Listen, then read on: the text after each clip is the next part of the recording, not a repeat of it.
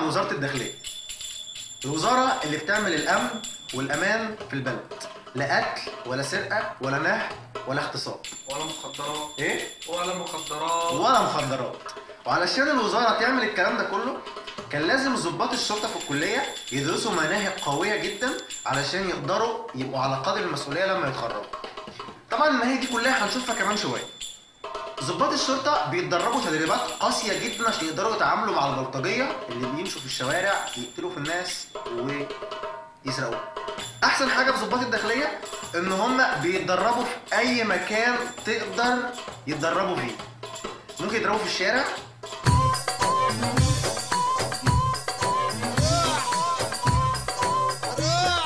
أو يتدربوا في مدرج الكلية،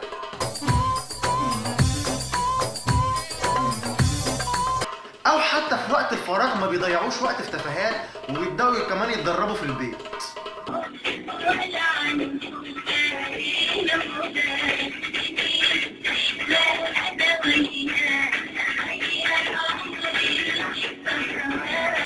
وعلشان مواهبهم تبقى قوية جدا ويبقى عندهم قدرة كبيرة جدا ان هم يقبضوا على البلطجية، وفي اطار الحملة اللي تبناها وزير الداخلية من فترة، حملة تطهير الداخلية. يا عم دي تطرية، دي مروة يا وديع. وفي اطار حملة تطرية على الداخلية، طبعا تطرية طبعا مفيش تطهير، جابوا لهم مروة علشان قدراتهم تزيد شوية في القبض على البلطجية والمجرمين، علشان مواهبهم تزيد وقدراتهم على تزيد.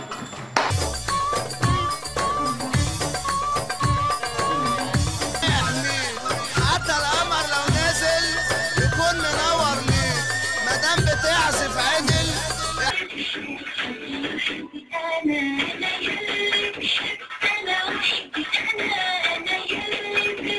النهارده معانا زي ما قلت لكم احد المتقدمين لكليه الشرطه، ونحب نساله اسم حضرتك؟ مدوحة البهلساوي.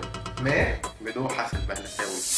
ايه اللي خلاك تقدم في كليه الشرطه؟ اشمعنى كليه الشرطه؟ والله انا لما سالت الناس قالوا لي ان هي مش محتاجه شهاده ومش محتاجه خبره ومش محتاجه رشاقه وقوه، امال محتاجه هي ايه؟ بس محتاجه ليونه. محتاجه ايه يا فندم؟ ليونه. قصدك حضرتك رعونه يعني؟ لا ليونه. ليونه اللي هي كده؟ ايوه ليونه. ليونه. لا الشغلانه دي مش محتاجه شهاده محتاجه ليونه. عايزين نسال حضرتك برضو ايه هي الاختبارات اللي انت اديتها لما دخلت الكليه؟ هو اول اختبار كان عرض الصدر وعرض الوسط. الحمد لله تخطيت هذا الاختبار الحمد لله. بسم الله ما شاء الله. يعني هم الوسط عجب طبعا بسم الله ما شاء الله. حاجه سهله جدا. هو ثاني اختبار كان اختبار الليونه. الليونه الحمد لله عديت فيه، كان اختبار سهل جدا. اكيد طبعا انا شايف. انا شايف. طيب ربنا يوفقك. ده اخر اختبار عديته ولا كان في اختبارات ثانيه؟ كان في اختبار تاني، اختبار الرأس. الرأس كان فيه اختبارين، نوعين من الرأس. أول حاجة الرأس الشرقي، لأن بلد شرقي طبعا لازم نكون بنعرف نرقص رأس شرقي. طبعا حضرتك بتعرف ترقص شرقي. طبعا. وبلدي؟ طبعا وبلدي. كل حاجة طبعا لازم عشان اختبارات الكلية. اسم الله عليك، اسم الله وألف ما شاء الله كمان عليك. حصرة في عين اللي ما صلى يا جامد انت يا سندتي. اسم الله عليك، اسم الله وألف ما شاء الله كمان عليك. حصرة في عين اللي ما صلى يا جامد انت يا سندتي. يا ابو الرقصه الثانيه فندم؟ الرقصة التانية بقى رقص للمتظاهرين، يعني رقصة حالة لما يحصل ثورة أو يحصل أي حاجة تبتدي تقدر ترقص للمتظاهرين بحيث إن أنت تنفذهم وتطفشهم من المكان اللي هم قاعدين فيه. احنا الحكومة!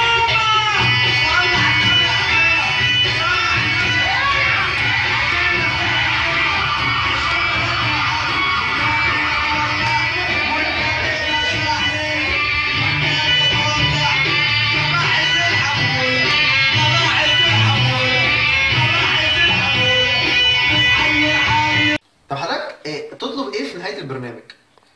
اطلب ان هم زي ما جابوا لنا الفنانه مروه نحتفل بيها. مروه. فنانه مروه. يجيبوا لنا الفنانه هيفاء وهبي. هيفاء قوي. وزي ما احنا شفنا الداخليه مش عايزه اعاده هيكله ولا عايزه تطهير. الداخليه كل اللي هي محتاجاها صدر حنين تنام عليه وتشرح لها الهموم والمصاعب اللي هي واجهتها من يوم 28 يناير. وعلشان كده جابوا لها مروه الصدر الحنين. زي كل مره ما تنساش هنعمل سبسكرايب فوق ولايك تحت واشوفكم فيديو جاي. سلام.